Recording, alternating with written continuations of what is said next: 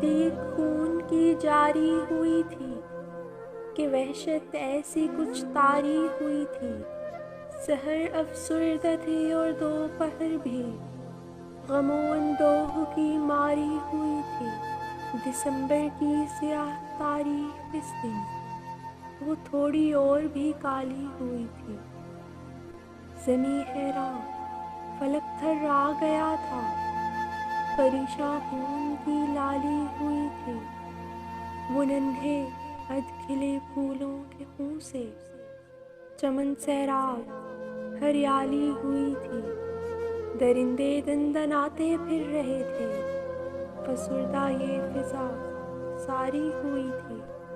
कलम पे यूं तो गोली चल रही थी, मगर बंदूक तो भारी हुई थी।